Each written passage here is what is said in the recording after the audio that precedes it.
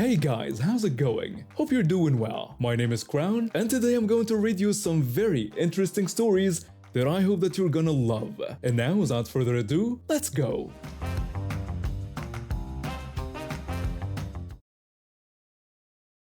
When this guy came into our coffee shop for the first time, I was still learning the register. He walked up to the counter with this expectant look on his face, like I should already know why he was there. He just stood there staring at me. I greeted him and asked what I could get for him today. He told me he wanted his usual. I blinked. I've been working there for literally 3 days. I apologized and explained that I didn't know what that was.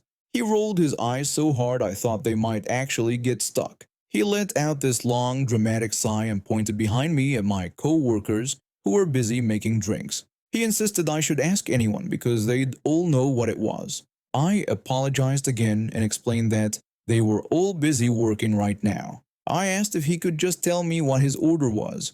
He said it was $5. I waited for him to continue. He didn't. I acknowledged the price but asked again what the actual drink was. He finally said it was a mocha. I said that was great and asked what size. More eye-rolling, more sighing. Like I was personally ruining his entire day by asking basic questions. He told me 16 ounces. I said that was perfect and that I'd get working on it and have it out in just a few minutes. I started making his drink, pulling the espresso shots and steaming the milk. It's not exactly rocket science. Espresso, chocolate syrup, steamed milk. That's it. 3 ingredients. While I was working, he leaned against the counter watching me. He asked if I even knew how to make a mocha. I assured him that I'd been a barista since I was 15 and that it was a pretty simple drink with just 3 ingredients. He didn't respond, just stood there looking skeptical. I finished the drink and set it down on the counter. I told him to have a great day. He picked up the cup and looked at me. He said that whether his day was great was really up to me, wasn't it? Then he took a sip, made this horrible face like I'd just served him poison, said it was okay, and walked out. Maybe he'd find a different coffee shop. Maybe he'd realize being rude to people making your coffee isn't a great strategy. But no, he came back again and again, and every single time it was the same routine. He'd announce he wanted his usual. I'd apologize and say I didn't know what that was. He'd complain that I should know by now. I'd ask him to tell me what his order was. Then the eye-rolling, the sighing, the dramatic pointing at my co-workers, the insistence that everyone else knows his order, the reluctant reveal that he wants a mocha, the questioning of my competence. Sometimes he'd complain that the lid wasn't on tight enough. Once the lid actually popped off when he was walking to his car, and he came storming back inside, insisting I had no idea what I was doing. Never mind that our takeout cups were cheap and the lids were terrible. That was somehow my fault too. My co-workers noticed the pattern pretty quickly. One of them pulled me aside after about the 4th visit. They asked if I knew his order by now. I confirmed that I did. 16-ounce mocha. They asked why I didn't just make it when he came in. I explained that he needed to order it like everyone else. They said that was fair enough. By month 3, I definitely knew his order. I could probably make his mocha in my sleep, but I kept up the act. Every time he came in with that expectant look, I'd give him the same response. I'd apologize and say I didn't know what that was. It became my little act of resistance, my tiny rebellion against the entitlement of customers. Today he came in during the afternoon rush. There were 6 people in line behind him. He walked up to the counter with that same look on his face. He announced he wanted his usual. I apologized and said I didn't know what that was. He asked if I was serious and pointed out that he'd been coming here for months. I acknowledged that but explained I see a lot of customers. I asked him to tell me what his order was. He slammed his hand on the counter. The people behind him shifted uncomfortably. He said this was ridiculous and that he shouldn't have to explain his order every single time. I explained that I needed to know what he wanted so I could make it for him. He finally gave in and said mocha, 16 ounces like always. I said that was perfect and told him it would be $5. He paid and stood there watching me make it, like he always did. When I set it down, he grabbed it without a word and took a sip. He said it was okay. I told him to have a wonderful day. He turned to leave, then stopped and looked back at me.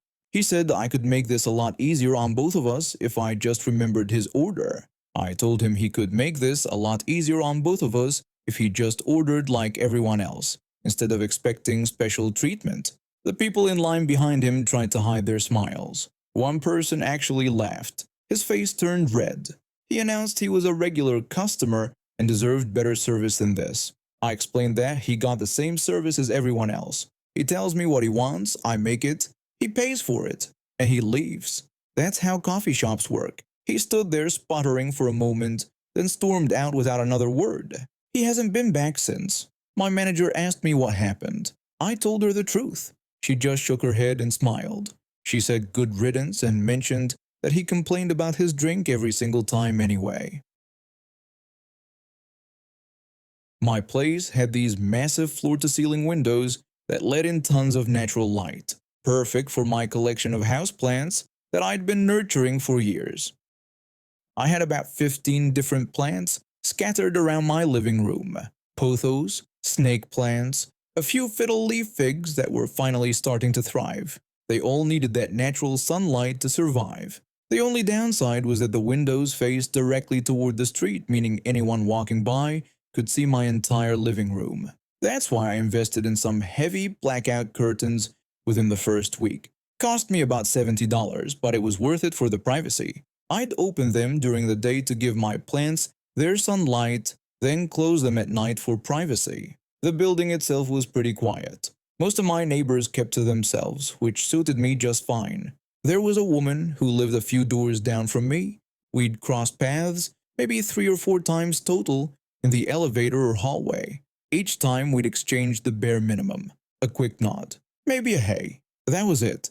Her apartment was positioned at this really strange angle to mine, because of how the building was designed. Her windows faced my windows almost perfectly. If I stood at my window and looked out, I had a direct line of sight into her place. I noticed this pretty early on, but it never mattered because she always had her blinds down or curtains drawn, just like I did at night.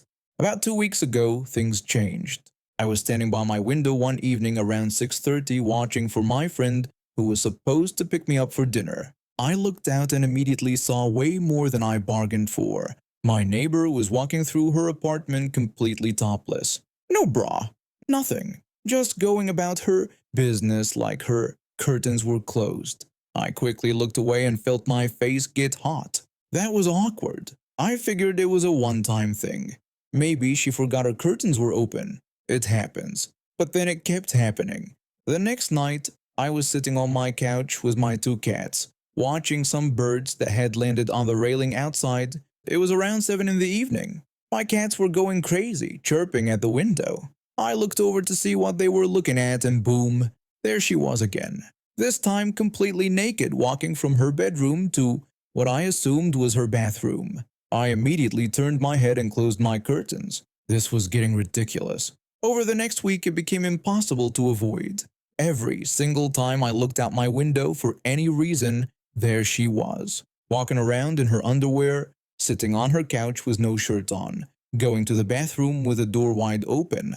One time I saw her doing yoga in just her sports bra and underwear right in front of the window. Another time she was eating dinner at her kitchen table completely naked.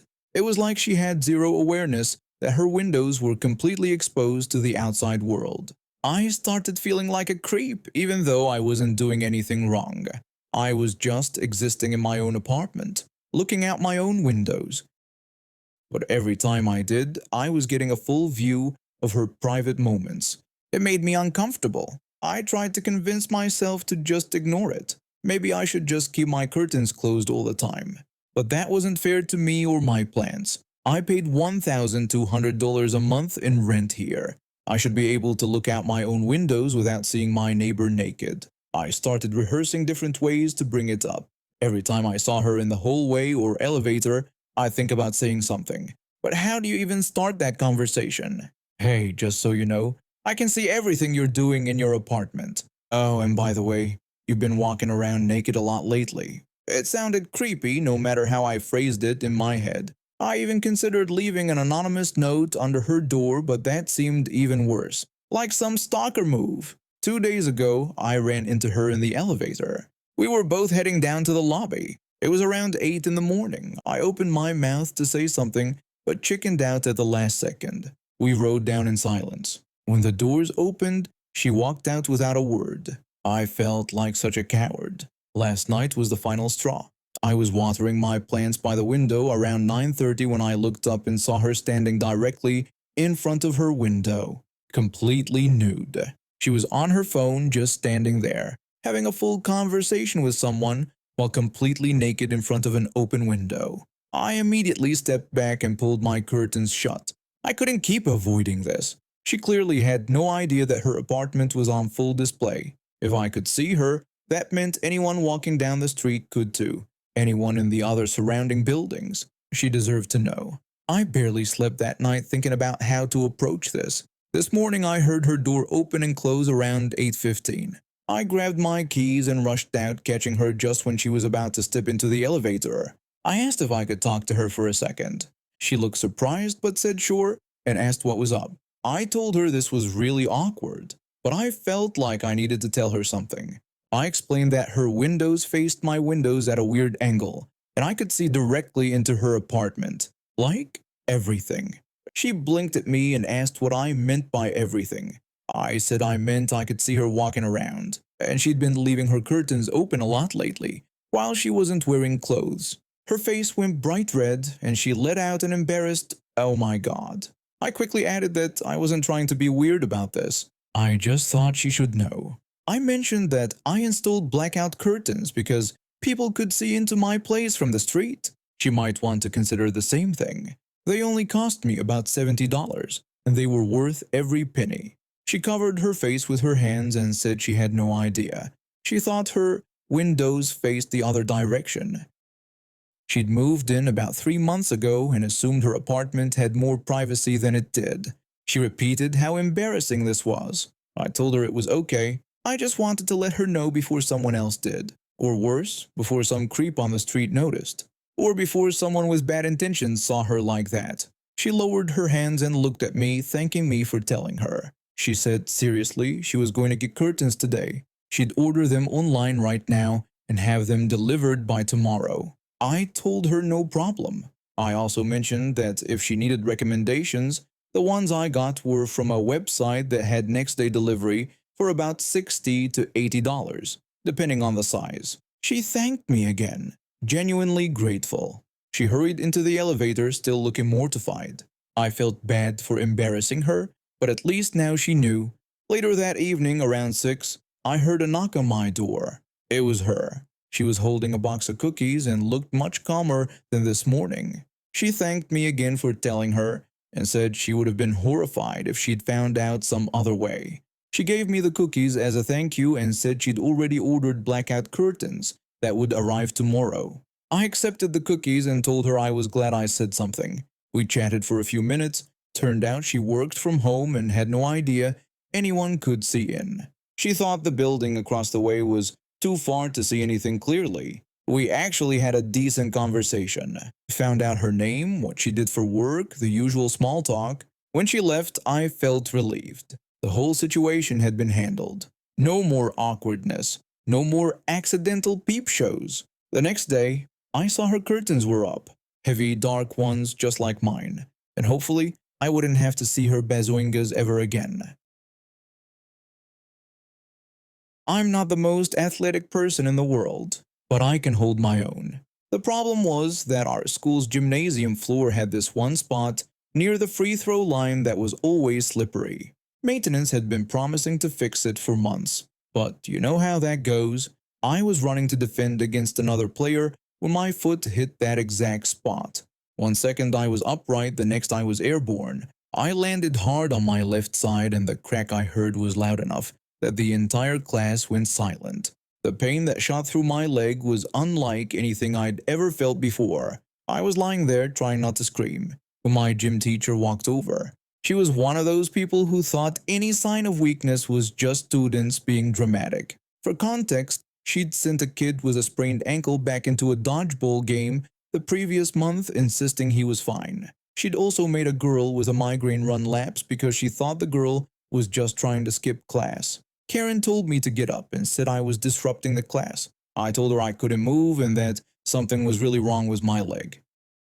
She said she'd seen this act before and that kids would do anything to get out of class. The other students were starting to gather around and I could see some of them looking genuinely concerned. My best friend tried to speak up. My friend said he heard something crack when I fell and suggested we should call the nurse. Karen told everyone to get back to the game immediately. She shooed them away like they were annoying pigeons. Then she turned back to me and what happened next still makes my blood boil when I think about it. She told me again to get up. She nudged my leg with her foot. Just a light tap at first. The pain was bad but manageable. When I still didn't move, she actually kicked it. Not super hard, but hard enough that I screamed. I'm talking a full volume, couldn't hold it back kind of scream. The pain was so intense that I saw stars. She told me to stop being so dramatic and said I wasn't fooling anyone. I begged her to stop and said I thought my leg was broken. She mocked me for saying I thought my leg was broken, then said she thought I was just a lazy student who wanted to spend the rest of the period lying in the nurse's office, eating ice chips, and reading magazines. At this point, I was crying. Not because I wanted to, but because I literally couldn't help it. Some of the other students had stopped playing and were just staring. One girl had her phone out, and I later found out she was recording the whole thing. Another student had already run to get help without Karen noticing. The school nurse happened to walk by the gymnasium right then. She was doing her rounds or something. When she heard me screaming, she came running in. The nurse asked what was going on.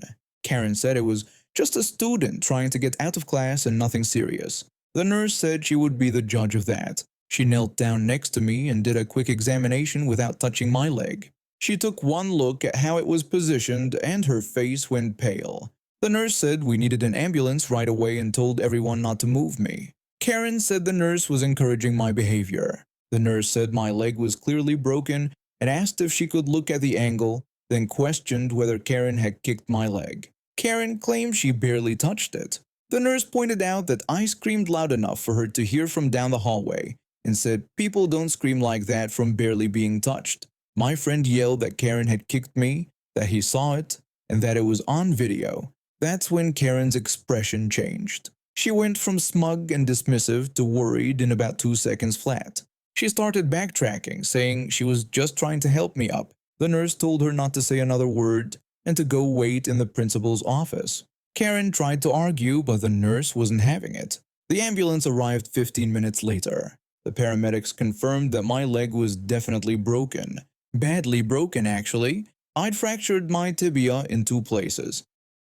They were very careful moving me onto the stretcher, and I heard one of them muttering about how moving me earlier could have made it worse. One of the paramedics asked if anyone had tried to move me before they arrived. The nurse told them that Karen had kicked my injured leg. The paramedic stopped what he was doing and asked her to repeat that. When she did, he just shook his head and said he'd be including that in his report. My parents met me at the hospital. When they heard what happened, my mom actually had to sit down. My dad's face turned red. They talked to the doctors, they talked to me, and then they talked to their lawyer. The doctor told them that the fractures were severe and that I'd need surgery. He also said that the kick could have displaced the bone fragments and made the injury worse. My mom started crying when she heard that. My dad asked the doctor to document everything. The surgery happened the next day. They had to insert 2 metal rods and several screws to hold the bone together. The recovery time was estimated at 6 to 8 months. I'd missed the rest of the school year for sports and would need extensive physical therapy. The nurse had filed a report with the principal immediately after the incident. The girl who recorded everything sent the video to her parents, who sent it to mine, who sent it to their lawyer. The video showed everything. Karen kicking my leg, me screaming, her dismissing everyone's concerns, her trying to send the other students away. The timestamp on the video showed it was recorded at 10:23 a.m. The school district put her on immediate suspension pending investigation. My parents filed assault charges. The lawyer they hired also filed a lawsuit against both Karen and the school district for negligence in causing bodily harm. The lawsuit included medical expenses, pain and suffering, and future damages. The investigation didn't take long.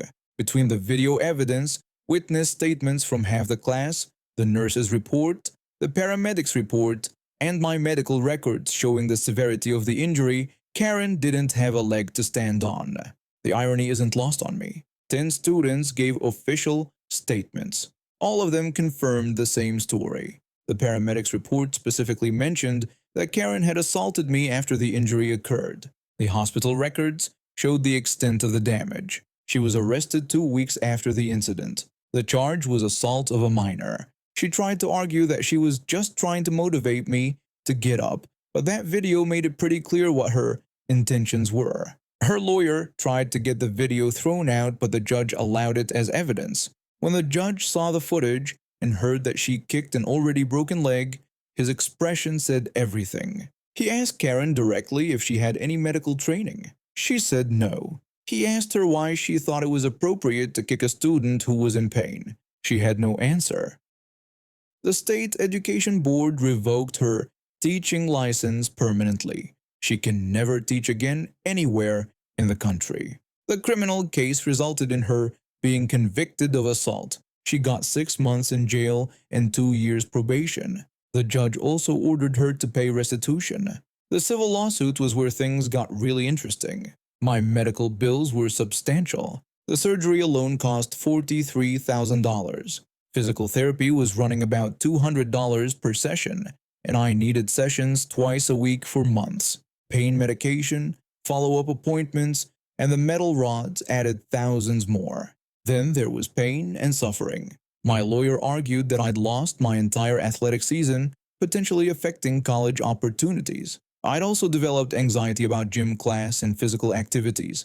The psychological evaluation showed I had trauma from the incident. The jury awarded us everything we asked for and then some.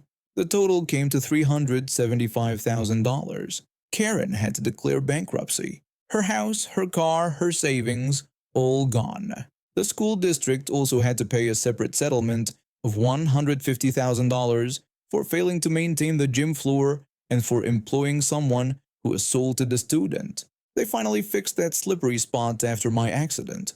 Better late than never, I guess. My leg healed eventually, though it took longer than the doctors initially predicted. I've got a cool scar and a great story. At least, the metal rods are still in there. They'll probably stay there permanently unless they start causing problems. I met my boyfriend 2 years ago at a mutual friend's barbecue. He had a steady job back then, working at a warehouse, and I was juggling 2 part-time gigs while taking care of my younger siblings. Our mom passed away 3 years ago, and our dad hasn't been in the picture since I was 8. So it fell on me to keep the lights on and food on the table for my brother and sister. They were still in high school when we lost mom, and I promised her I'd make sure they graduated and had a roof over their heads. My boyfriend understood all of this when we started dating. He knew my situation wasn't easy. He knew that most of my paycheck went straight to rent, groceries, school supplies, and keeping my siblings fed and clothed.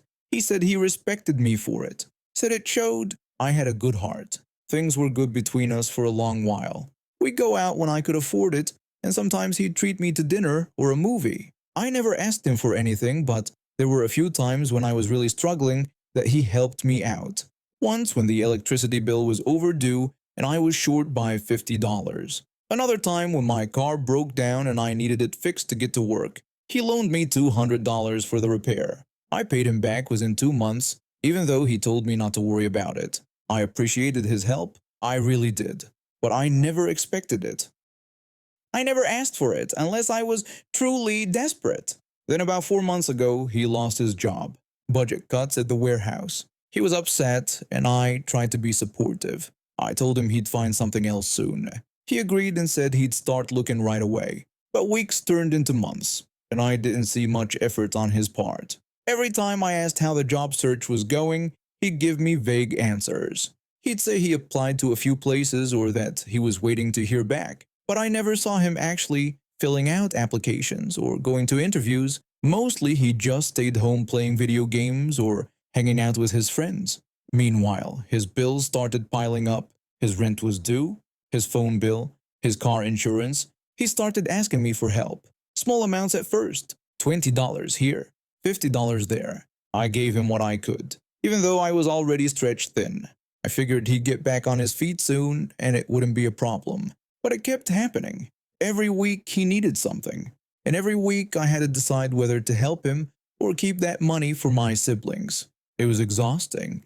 Then last week he called me and asked if I could give him $30 for a haircut. $30. I looked at my bank account and saw I had maybe $60 left until my next paycheck in 4 days. I needed that money for groceries. My brother needed new shoes because his had holes in them. My sister needed money for a school trip. I told him I didn't have it. I said I was sorry, but I just couldn't spare the money right now. The tone of his voice changed immediately. He asked me if I was serious. I apologized again and explained that I just didn't have the extra cash because I had bills and the kids needed things. He questioned whether I was really telling him I couldn't give him $30.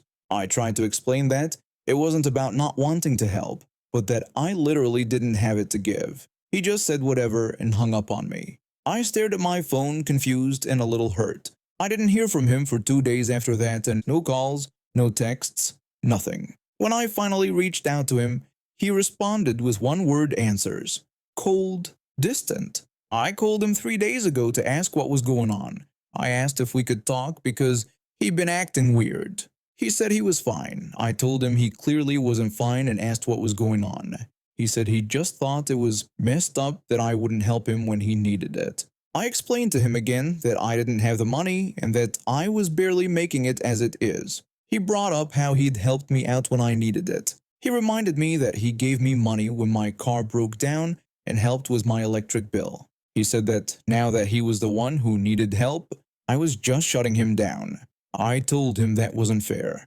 I said he knew I would help him if I could, but that I had 2 kids depending on me.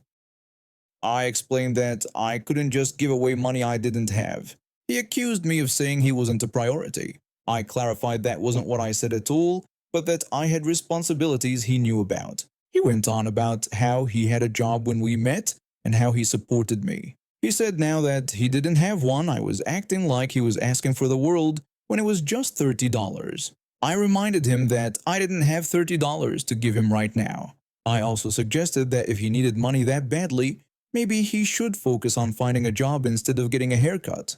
He didn't like that. He told me I was being selfish and that I didn't appreciate everything he'd done for me. He said I owed him because he'd been there for me when I was struggling. I reminded him that I'd paid him back for the car repair and that I never asked him to help me with anything unless I was desperate. I also pointed out that I've been giving him money for months now, even though I could barely afford it. He called me ungrateful, said I was making excuses. Then he hung up again. It's been almost a week now, and we've barely spoken. He sends me short, passive-aggressive texts every now and then, but that's it. No real conversation, no apology, just attitude. I talked to my best friend about it, and she said he's acting entitled. She said he's treating our relationship like a transaction, like because he helped me a few times, I owe him unlimited support no matter what my situation is. She said I shouldn't feel guilty, but I do feel guilty. Part of me wonders if I should have just found a way to give him the money. Maybe I should have skipped buying my brother new shoes for another week. Maybe I should have stretched the groceries even thinner. But another part of me knows that's not fair. I have people depending on me. People who didn't choose to be in this situation. My siblings need me. I can't put my boyfriend's haircut above their basic needs. And honestly, if he really needed a haircut that badly, he could have gone somewhere cheaper. Or better yet, he could have spent that energy looking for a job so he wouldn't need to ask me for money in the first place. I don't think I'm wrong for saying no, but the way he's treating me now makes me feel like I am. I work with my dad running a small excavation and landscaping company. We do everything from building stone driveways to general yard work for private clients. One of our regular spots is a nearby campground where people own their individual sites and hire us to make improvements on their property. The thing about this campground is that it causes constant confusion. The campground itself employs maintenance guys who drive around on small landscaping tractors, keeping the roads and common areas tidy. I also use a small landscaping tractor for my work. So you can see where this gets messy. People see me on a tractor and automatically assume I'm part of the campground staff. Most of the time, it's harmless. Someone will flag me down asking about their electrical hookup or cable service. I'll politely explain that I'm a private contractor and don't work for the campground. They'll apologize. We'll both move on. No big deal. But after dealing with this mix-up dozens of times over the years, it's gotten old. Really old. A few days ago, I was there building a driveway for one of the site owners. It was a straightforward job. Move dirt, lay stone. Grade it smooth. I had my noise-canceling headphones on like I always do when I'm running the tractor. They protect my hearing and let me listen to music while I work. I prefer working alone and being left in my own world. I was in the middle of grading when I caught movement in my peripheral vision. A truck had pulled up on the roadway near where I was working. The driver was leaning out his window, waving his arms around like he was trying to direct air traffic. His mouth was moving, but I couldn't hear anything over my headphones and the tractor engine. From how agitated he looked, it was obvious he'd been trying to get my attention for a while. I sighed, pulled off my headphones, and shut down the tractor. I asked him what was going on. He complained that it was pretty hard to talk to me when I was wearing those headphones. I gave him a friendly smile and joked that keeping people from talking to me was the whole point. It was supposed to be funny. He didn't find it amusing in the slightest. He huffed that he had a question to ask me. I just stared at him blankly and told him, okay. He launched into this whole thing about how the water wasn't turned on at his lot. He needed to cook. He needed to shower. He kept going on and on about why his water wasn't working. I had a pretty good idea where this was going. He thought I worked for the campground. Now normally, I'd clear this up right away. But this guy had an attitude from the start. The way he'd snapped at me about the headphones, the impatient tone, I wasn't feeling helpful. I said, oh, and just kept staring at him. He waited, fuming silently. A few seconds passed. He snapped and asked me, well, what? I asked him, well, what, right back. His hands flew up in the air. He shouted, asking how he was supposed to get his water turned on. I gave him my most confused look and told him I had no clue. He yelled, asking if I could find someone who did know. I told him nope. I took a long drink from my water bottle, making sure to look as bored as possible. He looked around like he was searching for witnesses to this absurd interaction. He screamed that he was going to go find my boss. I smirked and told him good luck with that. I put my headphones back on before he could say anything else. He sat there in his truck for a few more seconds, absolutely steaming, then finally drove off. I have no idea if he ever tracked down the actual campground owner. I have no idea if he got his water turned on. What I do know is I never saw him again for the rest of that job. The funny thing is, this exact same scenario played out completely differently a few years back at the same campground. I was working on another site when this elderly woman approached. She was the sweetest thing, polite as could be. She excused herself very politely and asked if she could get my attention for a moment. I immediately stopped what I was doing and asked if I could help her. She pointed toward her campsite a little ways down. There was a small trailer there with a large tree branch sitting right on top of the roof. She explained that a branch had fallen on her roof and she couldn't get it down. She asked if I could help her and mentioned she had a ladder. I told her absolutely I could. I walked over, climbed up their ladder, and tossed the branch down. Easy. Took maybe 5 minutes. She thanked me so much and said she'd be sure to tell the campground owner what a nice guy I was. I laughed and told her I didn't actually work for the campground.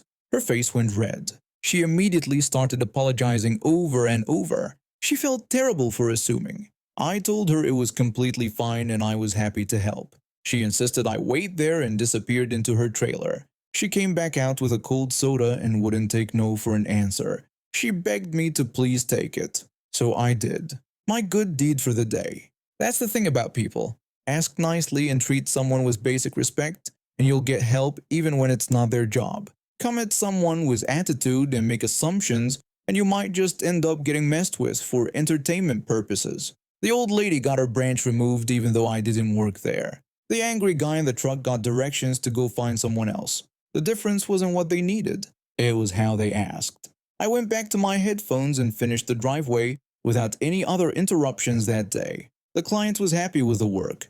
My dad and I got paid, and somewhere out there, an angry man probably spent way too long tracking down the campground office when a simple polite question would have gotten him there in 30 seconds.